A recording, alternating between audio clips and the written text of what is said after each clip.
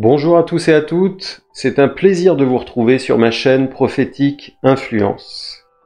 Aujourd'hui, j'aimerais vous annoncer le démarrage d'une mini-série de vidéos au format court sur le prophétique et la prophétie biblique. Le but de ces vidéos, c'est de vous permettre de progresser dans la dimension prophétique parce que c'est la volonté de Dieu que l'Église rentre dans sa vocation prophétique. J'espère que cette série de vidéos va vous permettre vraiment de grandir et de progresser, et j'en suis sûr vous serez bénis. J'aimerais également vous remercier parce que vous avez été très nombreux à me suggérer des thèmes pour le premier direct sur YouTube que je compte faire. Alors restez jusqu'à la fin de cette vidéo, je vais vous communiquer la date précise de mon premier direct sur YouTube. Le thème sera le prophétique et dedans, je vais inclure énormément de vos suggestions parce que vous allez voir à quel point la dimension prophétique nous environne lorsque nous sommes nés de nouveau. Et je crois vraiment que le monde a besoin de recevoir une parole prophétique parce que le monde a besoin de recevoir la main tendue de Dieu vers lui. Et l'essence de la prophétie biblique, c'est le témoignage du Seigneur Jésus-Christ. Je commence cette vidéo donc en vous proposant de prendre Acte 16, verset 16, c'est notre verset de base, et je voudrais vous proposer une clé pour discerner, pour séparer la prophétie biblique de la divination. Un jour que nous nous rendions au lieu de prière, une servante vint à notre rencontre. Il y avait en elle un esprit mauvais qui lui faisait prédire l'avenir, et elle rapportait beaucoup d'argent à ses maîtres par ses prédictions. Elle se mit à nous suivre, Paul et nous, en criant « Ces hommes sont les serviteurs du Dieu très haut, ils vous annoncent le chemin qui conduit au salut. » Elle fit cela pendant bien des jours. À la fin, Paul en fut si irrité qu'il se retourna et dit à l'esprit: « Au nom de Jésus-Christ, je t'ordonne de sortir d'elle. » Et l'esprit sortit à l'instant même.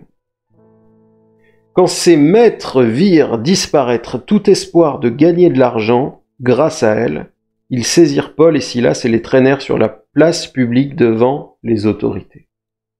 Et nous voyons que cela va lever une persécution contre eux. J'aimerais que l'on remonte un peu et que l'on puisse comprendre ce mystère, parce que ce passage renferme des perles que nous ne pouvons comprendre que lorsque nous plongeons dans l'Écriture accompagnés du Saint-Esprit. J'aimerais vous donner cette clé pour vous élever dans les hauteurs de l'Esprit en toute sécurité. Vous devez avoir comme encre la profondeur de la parole. Si vous n'avez pas un ancrage profond dans l'Écriture, vous ne saurez pas comment naviguer dans l'Esprit, et plus vous allez aller haut, plus vous risquez de vous perdre. De la même manière, si vous êtes détaché de l'Esprit, si l'Esprit ne vous conduit pas dans les profondeurs de la parole, vous risquez de vous noyer. Donc nous avons besoin, pour monter dans les hauteurs de l'Esprit, d'un ancrage profond dans la parole de Dieu. C'est pourquoi l'Esprit et la parole sont d'accord. L'Esprit éclaire la parole et la parole vient mettre le projecteur sur l'Esprit. Il y a un accord indissociable entre eux qui nous conduit au face-à-face avec Dieu le Père, qui va transformer notre vie. Et je crois véritablement que à travers ces vidéos, Dieu va toucher la vie d'un grand nombre de personnes. Donc attendez-vous à Dieu à chaque fois que vous regardez ces vidéos. Comprenez que Dieu est à l'œuvre, le Seigneur est à l'œuvre, et il est capable de faire infiniment au-delà de tout ce que nous pensons ou imaginons. Je reviens maintenant à notre texte. Un jour que nous nous rendions au lieu de prière, une servante vint à notre rencontre. Il y avait en elle un esprit mauvais qui lui faisait prédire l'avenir. C'est un esprit de divination. Donc cette femme est une fausse prophétesse. Et en tant que fausse prophétesse, étrangement, elle va annoncer une vérité. Elle va dire que Paul et ses compagnons sont envoyés par le Dieu Très-Haut et qu'ils annoncent le chemin qui mène au salut. Ça, c'est une réalité sortant de la bouche d'une fausse prophétesse. Donc un esprit de divination, un esprit mauvais, va proclamer une vérité. C'est très mystérieux. Et cela nous amène à comprendre que nous avons besoin de discernement. Si aujourd'hui, dans nos églises locales, dans nos rassemblements, quelle que soit la forme, si quelqu'un rentre et prophétise et dit une vérité, est-il pour autant un vrai prophète ou une vraie prophétesse? Je veux vous donner un exemple et un contre-exemple, le prophète Jonas. Il va annoncer que dans 40 jours, Ninive sera détruite. Pourtant, ce n'est pas arrivé. Et l'Écriture atteste que Jonas est un vrai prophète. Donc, la parole prophétique de Jonas, qui ne s'accomplit pas, ne l'empêche pas d'être un vrai prophète, pendant que l'authentique parole de cette fausse prophétesse, l'authentique parole, puisqu'elle dit une vérité, ne fait pas d'elle une vraie prophétesse. Il y a donc quelque chose qui nous apparaît très clairement. Si nous voulons rester fidèles au Seigneur, si nous voulons être efficaces, si nous voulons être des enfants de Dieu comme des lumières au milieu des ténèbres, il nous faut du discernement. Pas notre propre intelligence, notre propre intellect, ou l'excellence de nos pensées ou de notre compréhension personnelle des Écritures. Nous devons recevoir l'intelligence de l'Esprit de Dieu. Notre intelligence doit être renouvelée et nous devons recevoir le discernement des esprits. Nous devons recevoir la capacité à séparer le bon grain de l'ivraie d'une manière spirituelle. Car c'est la source qui pose problème. Ce n'est pas ce qui est dit. Mais si nous identifions correctement la source, nous saurons séparer le bon grain de l'ivraie de ce qui en sort. Et c'est une réalité très importante et le corps de Christ doit comprendre ces choses et rentrer dans ces choses. Et pour cela, il nous faut rentrer plus en avant, avec assurance et confiance, parce que nous connaissons le Seigneur, dans la dimension prophétique. En effet, comprenons bien ceci au verset 17, « Elle se mit à nous suivre, Paul et nous, en criant, ces hommes sont les serviteurs du Dieu Très-Haut. » Il y a donc quelque chose à l'intérieur de cette femme qui a identifié ce qu'il y avait à l'intérieur de Paul et de ses collaborateurs. C'est donc dans l'esprit que ça s'est joué. Et Paul, qui a du discernement, qui avait du discernement, a su immédiatement, à partir du moment où elle a ouvert sa bouche, qu'il y avait un problème. Et si nous sommes sensibles à l'esprit, et nous devons devenir sensibles aux réalités spirituelles, puisque nous sommes nés de nouveau, c'est par l'Esprit de Dieu que nous sommes vivants. Eh bien, si nous sommes sensibles à ces mouvements en nous, à sa voix, à sa parole, à sa manière de nous conduire, vous remarquerez une chose, lorsque nous sommes en présence d'un esprit mauvais, quelque chose au plus profond de nous est irrité.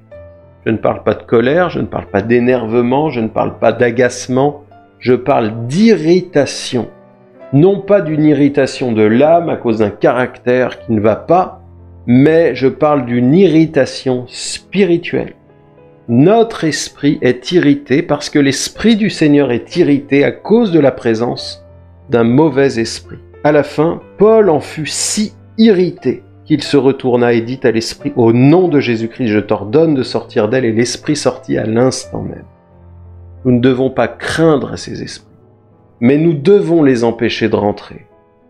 Et c'est là qu'il nous faut ce discernement, parce que je crois vraiment que l'Église, dans son état actuel, qui est appelée à devenir l'épouse, qui est appelée à être sanctifiée, à devenir sans tache ni ride, eh bien cette Église qui est en mouvement, cette Église avec un grand E, doit, dans son corps, apprendre à discerner ce qui est vrai du faux.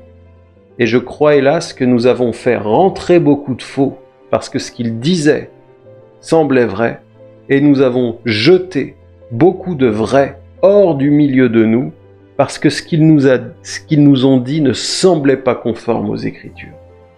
Voilà pourquoi il est dit que celui qui sait ce qui se passe à l'intérieur de l'homme, c'est l'esprit de l'homme. Celui qui sait ce qui se passe à l'intérieur de Dieu, ses profondeurs, c'est l'esprit du Seigneur. Nous devons rentrer dans des profondeurs. Nous devons grandir. Nous devons devenir des adultes. C'est impératif. Nous devons progresser. Et l'Église en France doit progresser. L'Église en France, je l'ai déjà dit, doit se réconcilier avec le Saint-Esprit, à la vie de l'Esprit, aux réalités spirituelles. Elle doit devenir sensible. Les conducteurs de l'Église, les ministères que Dieu a donnés dans le corps de Christ doivent comprendre les mouvements de l'Esprit, la volonté de l'Esprit, et ainsi nous introduire et nous faire progresser de gloire en gloire vers le Seigneur qui vient chercher son Église sans tache, ni ride, ni rien de semblable.